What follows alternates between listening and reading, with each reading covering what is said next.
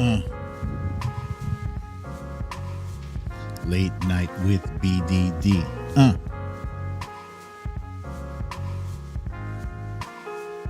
Hey, hey, Tina G in the place to be. What up? What up? Veronica Tello, Scott Samuelson. Punxsutawney Mo. Oh. Bernadette H. What's up? Welcome, guys. Welcome.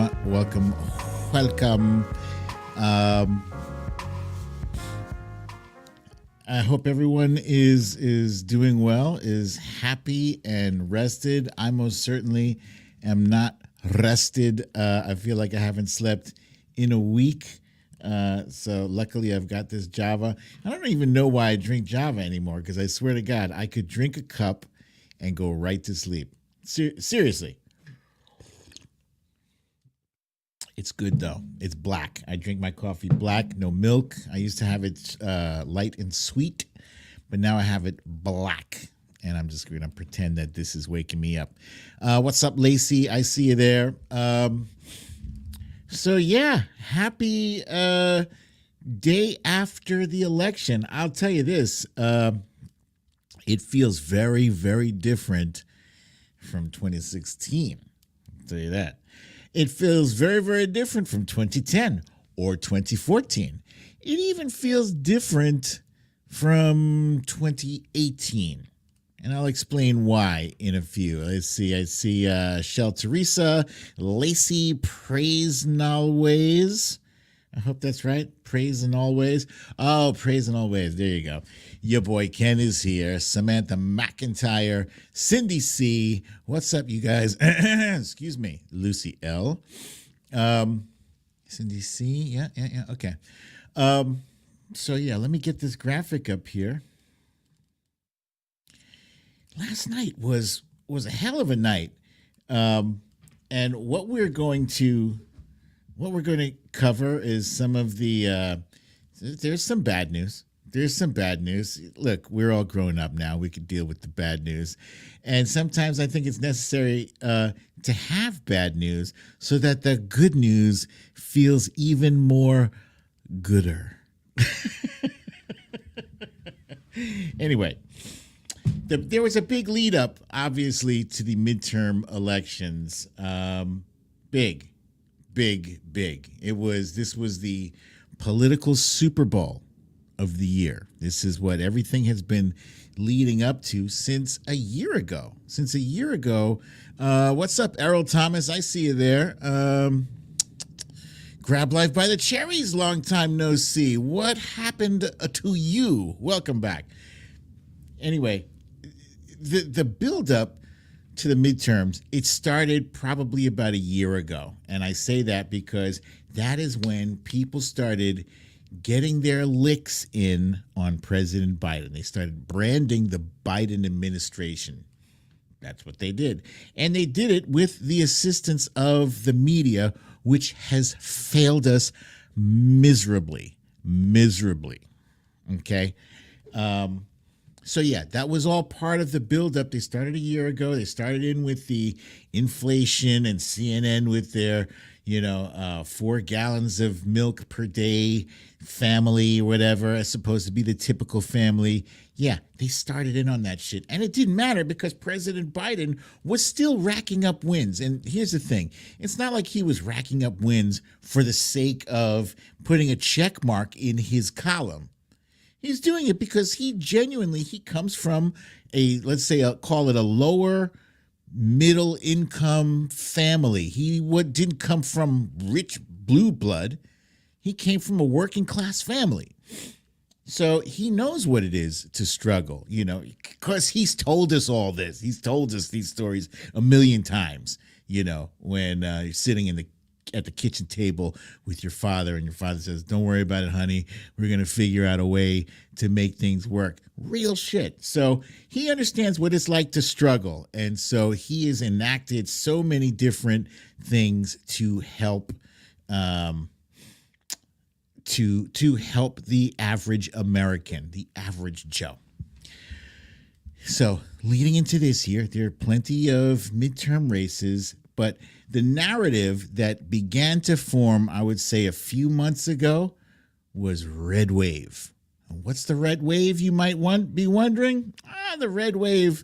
Some people say red wave is like a very unhealthy thing to happen. I think it's like red algae or something, and it's bad. It's like when you see water that's red, it's usually not good for the life of the fish in that water or the plant life or anything. It's bad. Red wave, no good. But, right wingers, they had to counter our blue wave with red wave, which would also conjure images of the elevator doors opening in The Shining and letting a lot of blood out. That's probably more in with their sense, with their feeling of a bloodbath, as Donald Trump Jr. tweeted last night. He just tweeted one word: bloodbath. Well, it wasn't a bloodbath, but let me get back to the run up to this thing. It was a very big deal. They even got a bunch of us CIA operatives together at the White House. They got a bunch of us together to make sure we knew, the red wave is what comes out of the Trump Reaper's nose when she picks it too hard. There you go. And what's up, Samantha Hawkins? I see you there. They got a bunch of us together to help with the messaging for the midterms, and it was no easy lift, but we did manage to put a few things out there, I think, that were helpful in terms of motivating the electorate to get out there and vote. And that was pretty much, the message that we had to carry forward was to get out and vote. And that's what I did. I got out and I voted. And I don't know why. I always take a picture when I vote. It feels, I don't know, voting shouldn't be like a heroic thing. It should be just, I'm going to vote, just going to do my duty. It shouldn't be anything that anybody, pats you on the back for, it shouldn't be an unusual thing. But the average American has become so apathetic from the political process. They're just uninvolved. They've detached themselves why? Because the political process seems so full of venom and vitriol and people just and viciousness, and people don't want anything to do with it. It's too confusing to them. And look, I'm just trying to figure out how to put food on my table. That's it. So in recent years, I've taken to snapping a selfie of myself with the sticker on, because why? It kind of is, for now, at least until more people on a regular basis start getting back into voting. We should make a big deal out of it, huh? So that's what I did. Anyway, and that's what millions of other Americans did across the country. There were my polling station was relatively empty, I think, and that's what it's going to be like in blue states, or maybe not all blue states, but at least where I went. I guess most of the people in my neighborhood had voted early.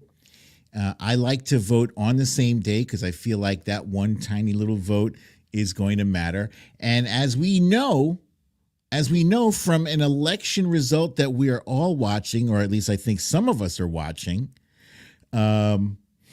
that every vote counts. Every vote really, really does count. So let's get into what happened in the early part of last night. Okay, this was the this was the bad shit I said we had to get through.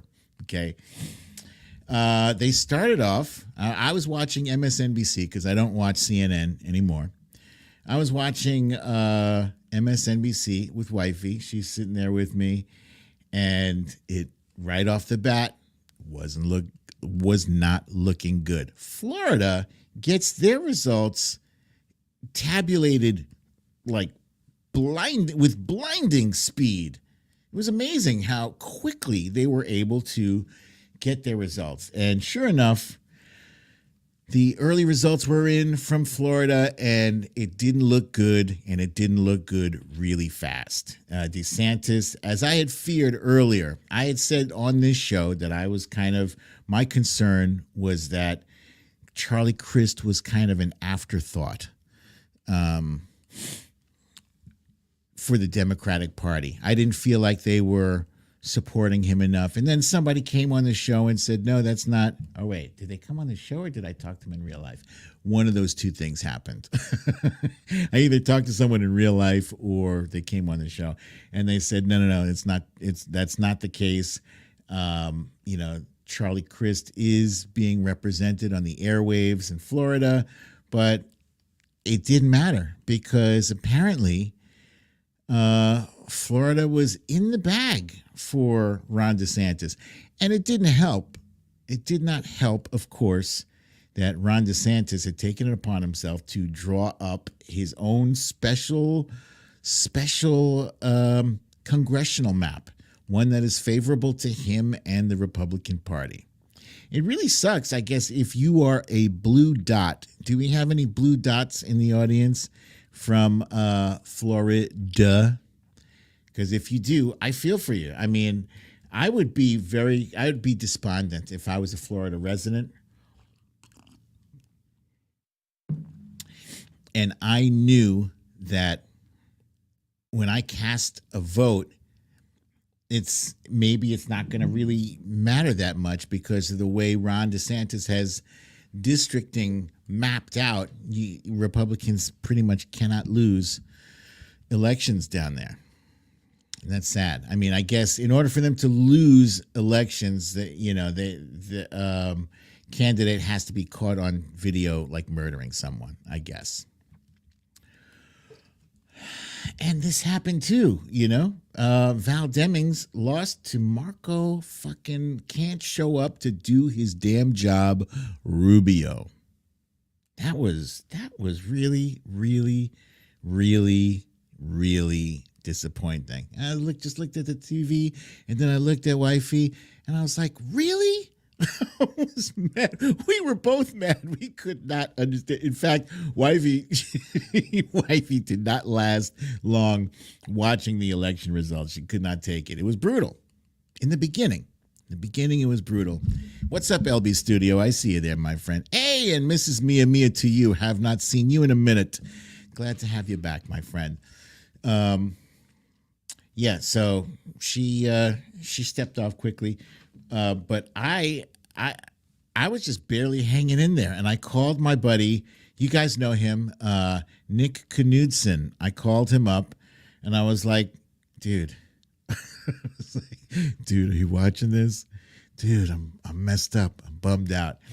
And it wasn't any. I don't think it was any magical words of wisdom that Nick shared with me, but you guys know Nick. You've seen him on the show. You've probably seen him elsewhere. He's got a very calm demeanor, very calming, very rational guy, very sensible. I love that guy. He's really such a good guy. I call, so he's like, yeah, just, remember it's just one state. That's it. Just one state. It's Florida. We have a whole lot more results to come in for the rest of the night. And I was like, so glad I called you. Yeah. And that kind of helped to ground me a bit. Your boy Ken saying Texas had him so aggravated. You and me both, buddy, because I'm sure you guys know I did not make a secret. I did not keep a secret of my will, my wish, my hopes and dreams for Beto O'Rourke to defeat Greg Abbott. And of course, my hopes and dreams were dashed to smithereens. And I was just still just barely hanging in there because, I'm checking my Twitter feed. And of course, I'm getting everybody like, well, Brooklyn, why aren't you talking about Texas? What happened in Texas? Oh, I thought Beto was going to win. These trolls, man, let me tell you something. Fuck them trolls, man. But it's fine. It's fine. You know why? Because over the past month or so, I've been keeping a file. So I've been using Twitter Blue, the Twitter Blue service, for the past, 5 or 6 months or whatever. And it's really good. I'm going to say I'm not being paid by Twitter to advertise it. I'm just saying what I like about it is it has this thing called bookmarks, right? And if you see a tweet that you like, that you want to save for later, it gives you an idea for something, you can bookmark it and you can create categories for bookmarks. And I created a category called "You Were Wrong, Stupid." So I put all of these troll tweets in this you were wrong, stupid, with the intention of revisiting them after election day, and I was going to let them have it. I haven't decided whether or not I want to blast them, if I want to quote tweet them or something and put them on full blast. I don't know. It depends on how petty I'm feeling. Right now, I'm just exhausted, and I'm just trying to process everything that's happened, but that shit is coming. This shit is coming. And before I forget, let me just remind everybody, please remember to strike that like button. Strike it with the ferocity of if you were striking, if you were using the thumbs of doom to block a Trumper. Strike that like button. Your boy Ken says, put them on full blast. I might just do that, my friend. I might just do it. All right. Anyway, let's get back to these pictures here. So this election result let me down here. This one, fucking Tim Ryan versus J.D. Vance, man. J.D. Vance was a goddamn phony.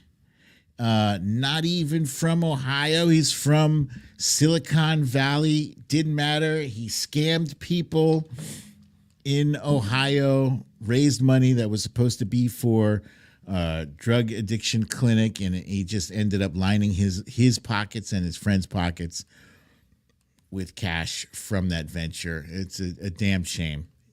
And I've truly thought that Tim Ryan had a decent shot at winning. That one. That one really hurt. That one hurt. Yeah. And this one here too. This one, Mandela Barnes, just narrowly missed beating Russian Ron Johnson. This one was also tough to swallow because in my opinion, when I say these were tough to swallow, these were winnable races. Winnable. And what would have made the difference? This is what the Democratic Party will have to sit down and figure out in the days, weeks, and months to come. They're going to have to sit down and do a serious postmortem and like an autopsy, a biopsy or whatever, an autopsy of what transpired and how did we miss this? And, Veronica Tell is saying he's supposed to be retiring. That's right. Ron Johnson said he wasn't going to run for another term, but he did.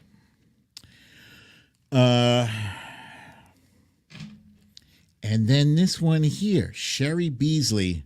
Damn, that was tough. That was tough because I felt she also had a shot, a legit shot at beating Ted Budd. As Shel Teresa here points out, Sherry Beasley hurt in NC. Glad Wiley Nichols beat a traitor Trump-backed candidate. But moving forward, suddenly, like just on a dime, the night turned. Last night suddenly turned on a dime. And man, I was sitting there wallowing. I was like deliberately not tweeting all these losses. And I was like, fuck. And then all of a sudden, we started winning. And this was a big one for me. This one was Kathy Hochul defeating that smarmy weasel Lee Zeldin. And I'll tell you this. I try to stay away from conspiracy theories as much as possible because, you know, it's a conspiracy theory. It's mostly in your head. You don't have any proof to substantiate it. So, but Lee Zeldin supposedly had an attack outside his home sometime a month or two ago. Now, he wasn't attacked. His family wasn't attacked. It were just two random people in the fucking middle of the suburbs. I cannot tell you how difficult it is to get into a gun battle in the middle of a Tony suburb. Like, what are these two guys doing?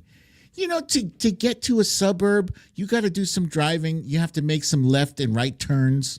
You know, you can't just, go from the Associated Supermarket and a block away from there is a nice suburb. And Lee Zeldin does not live in a nice It does not live in the ghetto. No, he lives in a nice suburb neighborhood. And yeah, he had there was apparently a shooting near his house. And to this day, I call bullshit. There were no suspects apprehended, no evidence, no nothing. I think he was using that as a prop to run on the whole crime thing. That's my thought.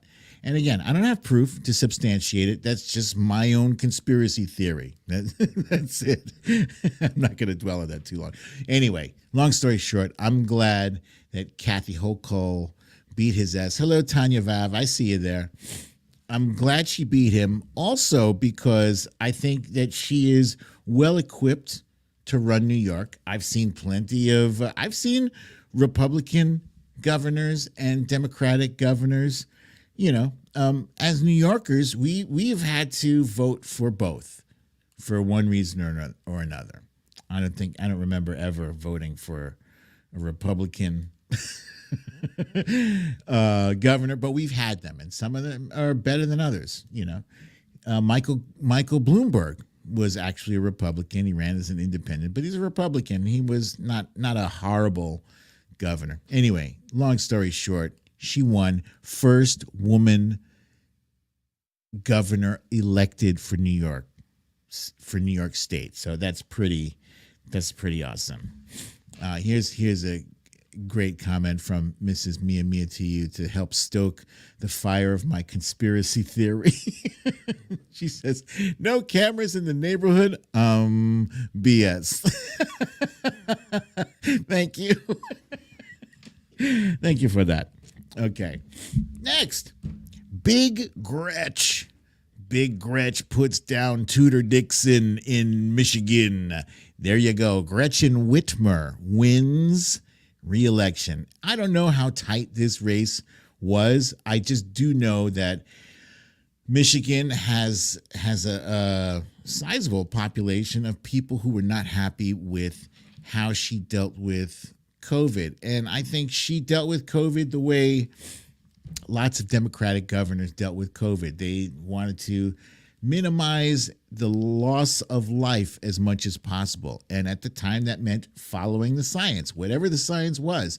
None of us are are epidemiologists, except for the epidemiologist. And if the epidemiologist says, hey, put on a mask, we're like, okay, thank you. You know, we're going to listen to those people who spent like 12 or 16 years in school studying for this shit, you know. Anyway, so she won. And before you knew it, it was like a snowball effect. The winds were coming in, and I'm sitting in my chair watching this shit like, yeah, motherfucker, yeah! And one after the other, I'm tweeting now like a cheerleader. I'm just like, yeah, here's another win. Here's Vicente Gonzalez defeats Mayra Flores in Texas. In Texas. That was important. That was important. People kind of got a kick out of that because we took a bunch of L's in Texas, but we got this one. And Mayra Flores, you know, she kind of caught lightning in a bottle for a minute there. She was quite popular. So this was actually a very big win. This was a House race. And then,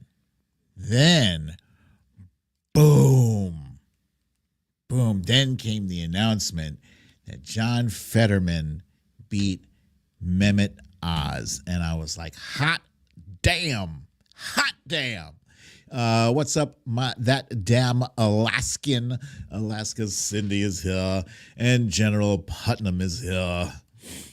This was a good one. This was very good because Dr. Oz was very nasty during that race.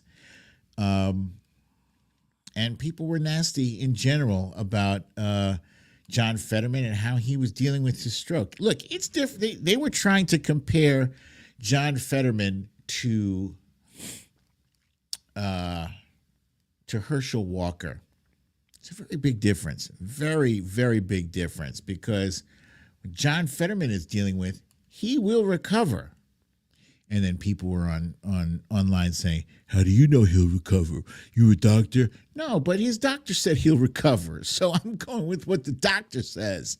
You know, plenty of people have had strokes, you know, but they're not even addressing on the Republican side. They're not even addressing what's going on in Herschel Walker's noggin. They're not addressing that at all. They're trying to pretend like they don't know that his verbs are nouns, okay? But John Fetterman, good guy. I did go down to that. I did go to that rally down there, my first ever, and it was a great experience. So I was glad that John Fetterman won. I think his strategy was every county something. Wait, was it like every county? Yeah, I don't know. I don't remember. But he went to all 67 counties in Pennsylvania, which is, wow, that's a pretty big deal. You know, all 67 counties, some of them are Democratic, some of them are Republican, but he went to all of them. That's impressive. And that's how he won. That is very, very cool. Whew. Now, speaking of Herschel Walker, yeah, so Senator Reverend Warnock, Reverend Senator Warnock and Herschel Walker are headed for a runoff election, which is going to be December 6th. And this is yet another runoff election for Senator Warnock. The first one he was in back in 2020 when yours truly and Really American helped push him into office. Yes, we did. We did pull out all the stops for that shit. So here we go. Here's round two. And I feel confident that we'll get him in. I mean, this one, he also did beat Herschel Walker, but there was a third-party candidate that stole 2% of the vote, which would have clearly vaulted Herschel Walker in if people in Georgia were not being assholes. There's no way this race should have even been this close. How are you giving Herschel Walker, if you have ears and you can hear the shit coming out of this man's mouth, how can you vote for him? Insane. Grab Live by the Cherry says Herschel is a character that fits the Republican narrative, so they will not complain about his lack of intelligence. Yeah. Sounds right. That sounds right. So, yeah, because neither of them hit the 50% mark, that's what triggered the runoff thing. So, keep your eye out for videos and other things that Really American is going to be doing over the next several weeks to help push Reverend Warnock into office. And your retweets and donations are gratefully accepted.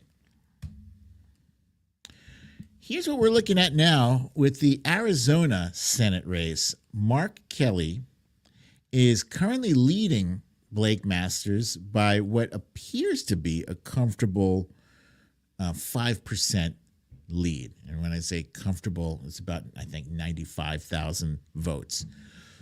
It's a pretty big margin, but, you know, the votes are coming in slowly, and this is with, I think, 76% reported so far out of Arizona. This is another one I feel like Mark Kelly should have been running away with. Not sure why Blake Masters is hanging in there as he is, and I'm not sure how much of an impact this third-party knucklehead Mark Victor is making. Libertarian, I think what is he getting, 1%? I think it matters. And as we have seen from other races, like every freaking vote really does matter. It really counts.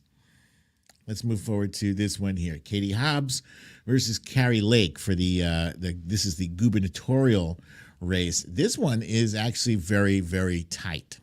It was even tighter than it is right now. Right now, the difference is 13,000. There's a 13,000 vote deficit between the two. Katie Hobbs is currently up, but she could lose that gap, you know, quickly, depending on all the different precincts that still have yet to be counted. It's confusing what the hell is going on with Arizona. Why Arizona has to be like this, you know, this thing. Like earlier today, there was a guy from Clark County who had a press conference. Like, dude, you're just counting votes, man. You got to have a whole thing about this. But they do. They do because there's been, especially from Kari Lake, there's been so much election fraud nonsense being drummed up by the candidates, by the big lie candidates, by the election fraud candidates. Anyone who's counting votes after Tuesday now is going to be under a microscope. So he made this whole big speech about what we're going to be doing, and we're going to be doing this on Thursday, and then we're going to move to this stage on Friday, and then we're going to use this kind of equipment, and we're going to do this and this and this, et cetera, et cetera, et cetera, et cetera. So we sincerely hope that Katie Hobbs defeats Kari Lake, because Kari Lake is a Looney Tune. She's a Looney Tune that has the TV savvy that Donald Trump has. And so those two things are dangerous. Couple that with the fact that she'll say anything to get elected, makes her dangerous. Makes her a dangerous person. And sadly to say, she is charismatic. And yes, Tina G, Katie Hobbs says was only a little over 4,000 ahead and has gone up to that 13. That is because there was a recent ballot dump. It was a ballot dump maybe about a half hour before I started the show. Oh, yeah. I wasn't going to mention this, but Lucille threw this up here. Yes, and Marjorie Taylor Greene won again. You guys, I was bummed out about that because, aside from the fact that I had Marcus Flowers on this show, and aside from the fact that people had pretty much written that race off as a foregone conclusion to be solidly in Marjorie Taylor Greene's column. Like when I asked people about that race, they're like, come on, What are you talking about? That's not even a race. But the brother was knocking on doors up until the day before the election. He was doing his thing, his due diligence, and sincerely making the effort. So he didn't win this time. Maybe the next time around, I hope. But she is apparently in a safe district, and that truly sucks because she's horrible. She's horrible. Anybody who looks at her antics objectively knows. Oh, that Dan Alaskan is reminding us here that MTG constituents have about 7 teeth combined. Oof, that's not a lot of teeth. And Foxhill Dreams wants to know, has Lauren Boebert's race been called yet? We'll get to that in a minute, but I don't think it has. Please, if anybody hears anything about that, please let me know. This is also in a very important race. Catherine Cortez Masto versus Adam Laxalt. This is a close one, too. Catherine Cortez Masto is actually down. She was down by 22,000, and then there was a ballot dump. This is for the Nevada race, and that ballot dump gave her, caught her up within another. She closed the gap like by 5,000. So she was down by 22. Now she's down by 17,000. And there's still a lot of votes left to be counted in Nevada. We're seriously looking at this because there's only a few Senate seats left. My belief is that Mark Kelly should be looking good for a win there. Let's knock on wood. I'm just going to knock on wood just in case. Becky Rolape says 95% of AIPAC-backed candidates won yesterday. I'm guessing, Becky, you're saying that does not bode well for our candidate. I think AIPAC tends to support Republican candidates, I believe, if that's what you're saying. But yeah, anything can happen. She could win this, but she'd need a lot of things to break her way. We'll see. Gail says that a lot of Democrats from Idaho moved to Nevada, so hopefully, fingers crossed. Fingers crossed. And Happy Hippie says, still hope in Nevada. My hope burns eternal. That is. I believe that. I'm forever hopeful until I'm not.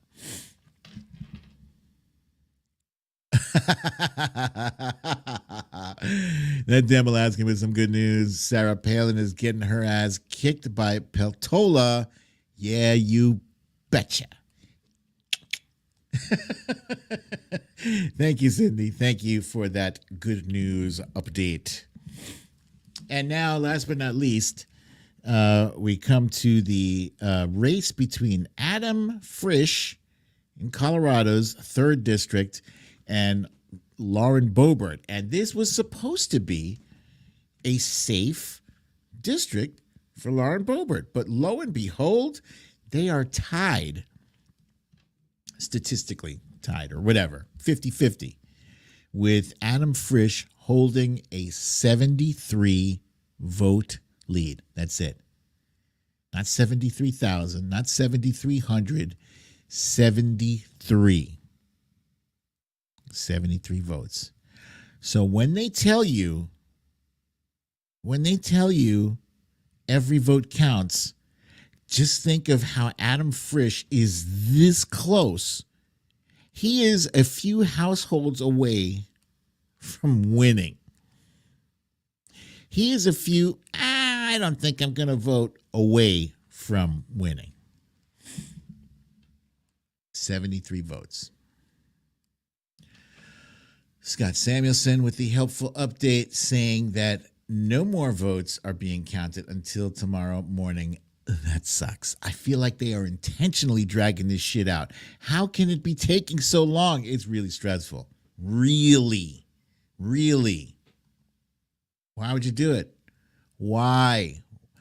Have you guys ever, when you're driving, you ever been behind somebody who's going very slow and you can't go around them? It's just because that's just what it is. They're going slow and you're approaching a light, right? And that light starts to turn yellow. And then the son of a bitch rediscovers his accelerator pedal and hits the gas and boom, leaves you behind, stuck at the red light. He just hit the gas long enough, late enough for him to go and you to be stuck behind there. What was the point of me bringing up that analogy? It was an analogy for something. I think it was an analogy for the voting thing, or maybe not. But yeah. Oh yeah. I feel like these people are just intentionally dragging this vote thing, this vote counting out. Come on now. Come on. God damn it. Anyway, today and last night, there was a lot of celebrating going on our side. And you might be wondering, Brooklyn Dad, why, as so many trolls were asking me, why are you celebrating? You guys lost the House. This is what the trolls are saying. You lost the House. You're about to lose the Senate. What are you celebrating about? Well, I'll tell you. First off, no, we didn't lose the House yet. We didn't lose the House yet. Now, you jackasses have been all over our tweet threads with your stupid gifs of a red tidal wave crashing and saying, red wave, for weeks, months, red wave. Bullshit. And then, no red wave. No, nothing. Lauren Boebert tweeted red wave like 20 hours ago. And she hasn't been heard from since. She still hasn't tweeted after tweeting red wave. Where's your red wave? Where is it? In 2018, our blue wave produced us 40 plus seats in the House. The last red wave that occurred. Oh, let's get this graphic back on here, right? So another one of our friends, Brian Tyler Cohen, put up this very helpful tweet. He says, Trump House seats lost during first midterm. So Trump lost 41 in his first midterm. Obama lost 68 House seats in his first midterm. That would have been the year 2010. Bill Clinton lost 54 seats in his first midterm. Reagan lost 26. Jimmy Carter lost 15. Nixon, strangely enough, only lost 12. Lyndon B. Johnson lost 47. President Biden, a dead heat. Now, what do you know about that? A dead heat. This is during inflation. Everybody's complaining about what a big deal inflation is. If it was such a big deal, why haven't we lost more House seats? Why doesn't it look like Trump losing 41 or Obama losing 68? Why is it at a dead heat? If the Democratic Party is doing so poorly, huh? If crime was such a big issue, why haven't we done worse? It's a dead heat. Where's this red wave? It didn't happen. So, you guys might have recalled that in the weeks and months leading up to the election, what was my mantra? It was ignore the polls. The polls are wrong. These were opinion polls based on likely voters. They were wrong. For whatever reason, they did not account for a whole lot of people. They didn't account for the youth who came out like the freaking cavalry in the nick of time. They did not. They didn't account for a whole lot of other people who broke our way. They didn't account for independents and Republicans who, split tickets. They voted for one Republican, but they voted the rest for Democrats. They didn't account for that shit. President Biden says we lost fewer seats in the House of Representatives than any Democratic president's first midterm election in at least 40 years. And we had the best midterms for governors since 1986. The American people spoke.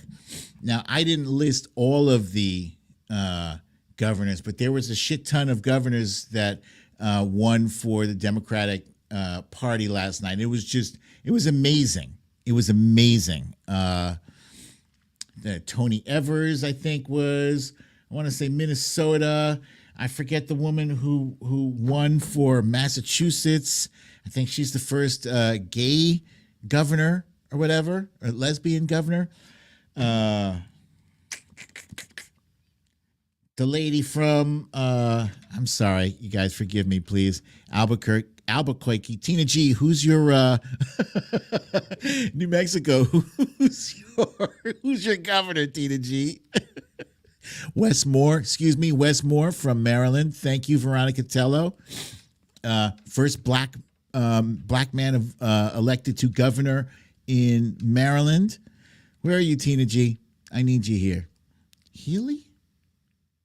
No. It's there it is.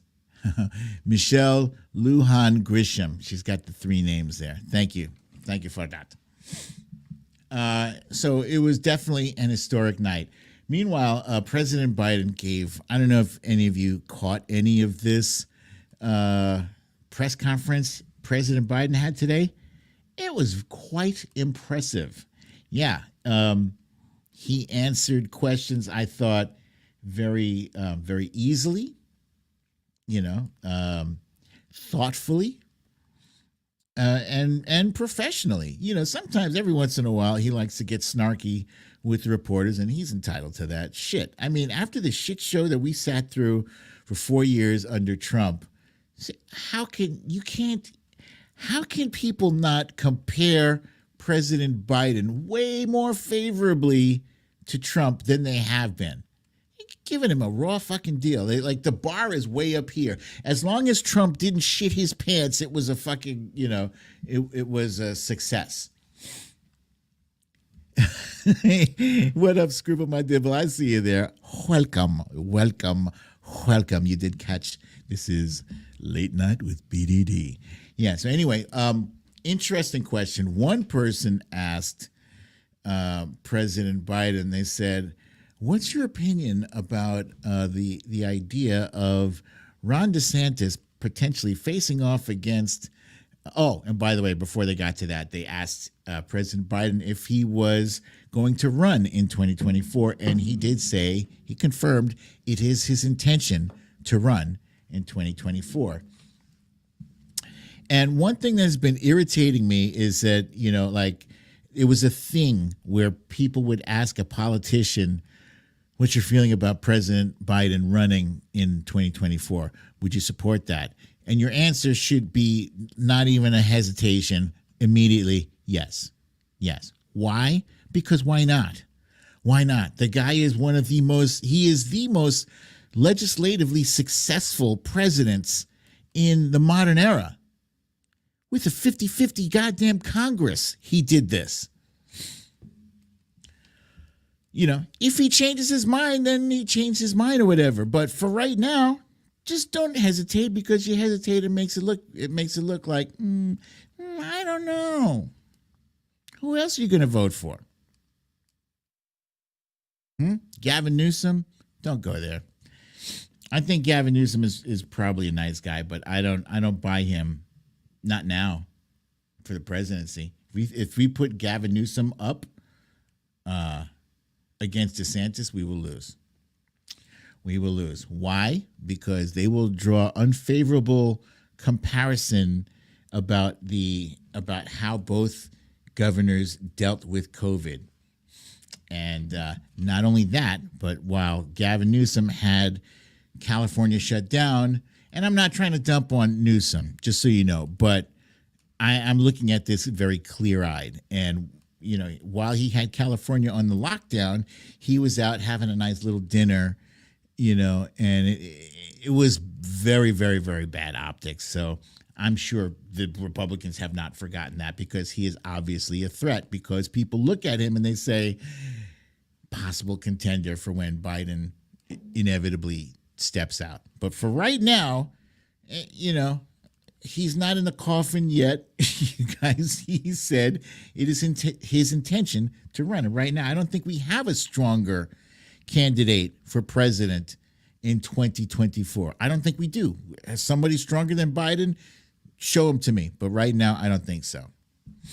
Anyway, they asked him what did he think about DeSantis facing off against Trump. And President Biden says, I think it'd be fun to watch them go after each other. Wait, that's not exactly what he said. Let me find that for you, because I tweeted that out. He said it'd be fun watching them take on each other. Yeah. And I tend to agree. I think it would be fun. I would like to see them destroy each other. That's what I would like. When I say destroy, I mean obliterate. I mean both of them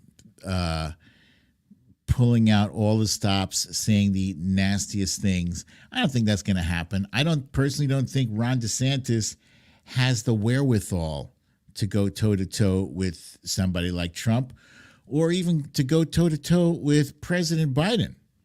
People thought President Biden was a pushover. That man is not. He's not. He's been around. You guys forget. People keep underestimating Doc Brandon. Do that at your at your own peril. Yeah. So Lucy L saying Rump is done. There's blood in the water. There's blood in the water already today. A lot of people are coming out and saying exactly that, saying Rump is done, because their postmortem of this failed red wave is that Trump is to blame. A lot of right-wing pundits, I'm not talking about left-wing, I'm talking about right-wing pundits, are blaming him for dragging the party down with his, election denial bullshit. The quality of candidates that he wanted to put up was poor. Quality of candidates. I think that was a Mitch McConnell phrase. Candidate quality. Thank you, LB Studio. I was trying to remember. I was trying to remember this quote. No one fucks with a Biden. That's right. I think he told somebody that in the aftermath of the hurricane. I think he told a resident down in Florida that. That was pretty funny. But yeah, so I think Trump is damaged goods, and between now and 2024, he's going to be even more damaged. I have to believe, now that the midterm is out of the way, there really is no excuse to not indict Trump. And people were tweeting at me earlier today saying, I hope you know, just because he's under indictment doesn't mean that he can't run. Just because he's been convicted doesn't mean. Are you listening to the words coming out of your mouth? Are you seeing the words coming that your fingers are typing? That is the stupidest shit I've ever heard. That doesn't matter. That a guy in a jail cell behind bars can run. It's ludicrous. Technically, yeah. I'm sure. Technically, I could sit a monkey at my keyboard and they could probably type a few sentences that mean something. But it doesn't mean that it's likely to happen. Where the hell would I even get the monkey from? That's besides the point. If I could get a monkey to have him sit here, and he'd probably break my laptop before he would type out a sentence that made any sense. No, again, I go back to my belief that he's been doing this to continue his grift. And okay, so he's got a big announcement. We found out yesterday, the day before, he's got a big announcement. He was going to make it. I was going to make it on election day, but I figured, maybe I won't make it all about myself. I'll do it next week. So next week, week from yesterday, he is going to announce, supposedly, that he is going to run for office in 2024. And my belief is that he'll do that so that he'll get a super duper burst infusion of cash that he will proceed to then use to defend himself in court. Yep. And then mysteriously, when it is actually time for him to throw his hat in the ring and start participating in event activities, I think he'll bow out.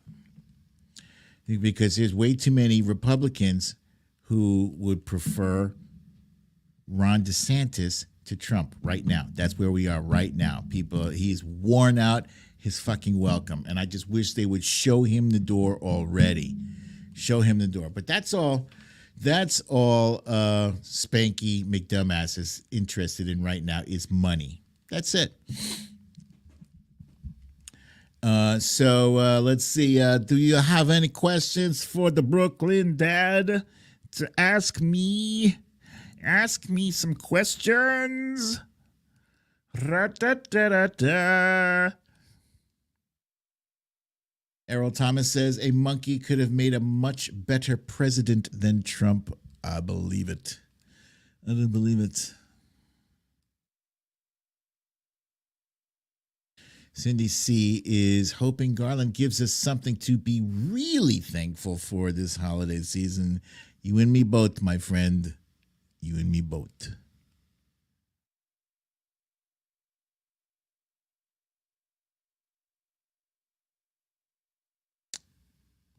Any guests upcoming?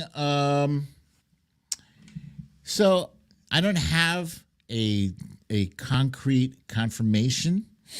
But one guy I want to have on the show is Noel Kasler, with whom I spoke at the White House. Yeah, I'm going to hit up some of the folks that I bumped elbows with at the White House. And Noel has a shit ton of stories to share.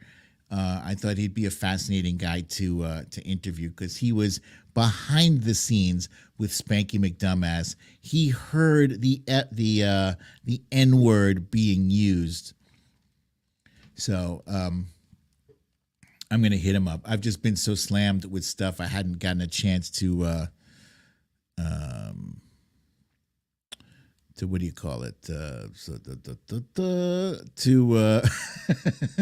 ask anybody else on the show. The last one was actually a great deal of fun with Mother She Wrote, Allison Gill. That was tremendous. Tremendous.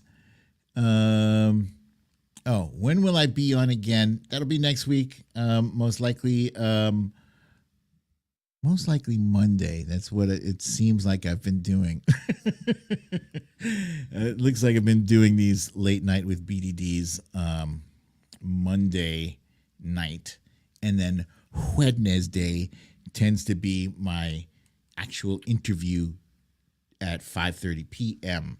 Eastern Time. Sean Patrick Maloney wants, Veronica Teller wants to know what happened to Sean Patrick Maloney. He lost. What happened is And this was a big loss actually for the Democratic Party. I believe he was the chair of the finance committee for the Democratic National, the DNC. I believe. I could be wrong. But very big loss. And what happened was, I think his district was redistricted in a way that was not very competitive. It was competitive against him, I guess, So very big loss for the Democratic Party there. Lucille wants to know, how is the garden? The garden, sadly. Well, actually, no. Wifey just pulled a bunch of tomatoes. That's how tomatoes. She pulled a lot of tomatoes out of the garden. Some of them were green and some were red.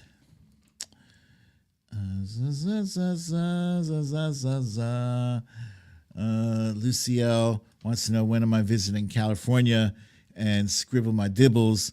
We'll have to know before you know, Lucy. It's going to be a while, A California trip means all of us are going, the whole fam. And it's pricey. It's expensive. So I don't get to see Scribble My Dibbles and her family as much as I'd like. But yeah, hopefully soon. Hopefully sometime soon, maybe next year. The Trump Reaper wants to know if anyone thinks that Joe Biden and Anderson Cooper look similar. I would have to say only the white hair. That's it. Yeah, no, I told you guys, I went to school with Anderson Cooper. So, I remember what he looks like up close. I don't think they look anything alike. Sorry. So sorry. And I'm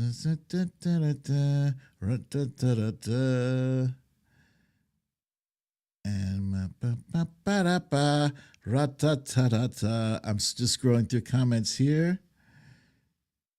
Oh yeah, Dan Alaskan says he was a victim of gerrymandering. You're talking about Sean Patrick Maloney.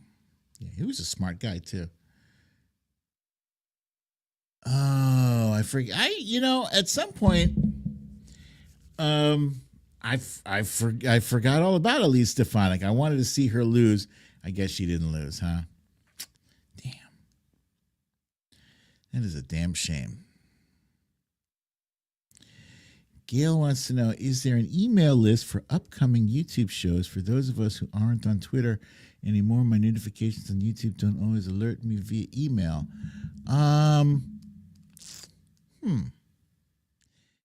I don't know. I'm going to say no. I don't have any of your email addresses, I don't think. If I do, maybe they're on my website, but I haven't. Like, Wifey is actually, you guys might want to take a look at the website. Wifey has been adding updating some things on the website. It's brooklynDadDefiant.com. It's got some interesting things on there. But maybe if you went on my website and you bought something, maybe I have your email address, but that's not something that I can remember if I have or not. So I'll do some research and find out if there's a way I can email you guys before a show goes live. And question, do you guys see anything like that from the Midas Touch guys or anyone else who does these live streams on YouTube? Let me know. And so maybe I'll just ask them, how do they do it? How do they do it? Do it. Kelly increased his lead again. Yes. Mia to you says, I love the late nights. So proud of you. BDD, been watching for years now. I remember when this was a rinky-dink little show. It's still a little rinky-dink, but it's fancier. It's fancy dink. Great to see how far you've come. Any more books coming soon? Yeah, you know what? I believe so. Months ago, I had started work on The Bigliest Loser, part two, to The Littlest President. Now, The Bigliest Loser. And yeah, I think I'm going to pick it up again and finish it, because I feel like one of these legal proceedings is going to strike pay dirt. At least one. So, yes. All right, you guys, thank you very much for joining me for another fun episode of Storytime with BDD. I'm your host, BDD, aka Brooklyn Dad. And if you have not yet gotten your shot, what are you waiting for? Let's see. Oh, here's Grab Life by the Cherry says, I do get email from some of the channels that I subscribe to. That would mean that you have entered your email address somewhere. I don't recall asking anybody for my email address on this channel. There's probably a way for me to do that. Hold tight, you guys. I'm figuring this shit out slowly but surely. I'm figuring it out. So in the upcoming weeks, I will probably figure out how to do that. And that's that. Awesome. BDD, look forward to that part 2. Oh. People know more about my website than I do. Your website has an email subscribe list there. Thank you for that. I should know these things. Veronica Tello, thank you, my friend. Thank you for the kind donation. So as I said, make sure you get your shot. Wear your mask. Keep your social distance 6 feet or better. And enjoy the rest of your evening. Remember, don't get too stressed out with these trolls, too. Don't get stressed out with them. Flame them if you feel like it. Block them, mute them, whatever. I need you guys to take care of yourselves and your own mental health there. So until next time, you guys, I love you all. Peace.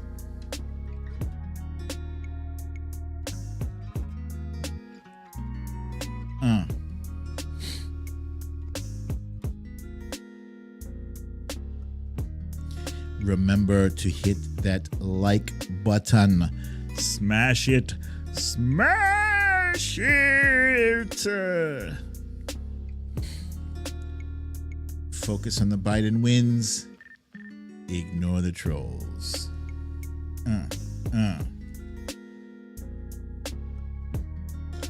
Oh, let me throw that thing up there. Hang on. BrooklynDadDefiant.com.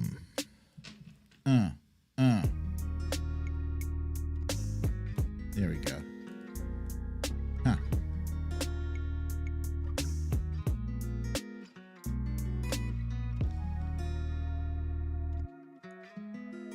Grab Life by the Cherry says, good night all. Take care and recover from the craziness of the best year.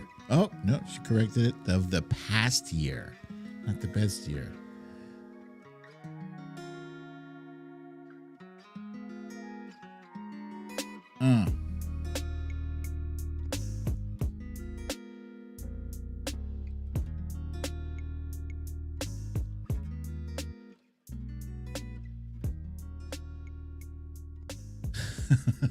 Sydney C says, if McCarthy gets to be speaker, E. Jean Carroll should petition a DNA test for her suit. Indeed she should. All right, you guys. You don't have to go home, but you can't stay here. You know what time it is. You need to leave.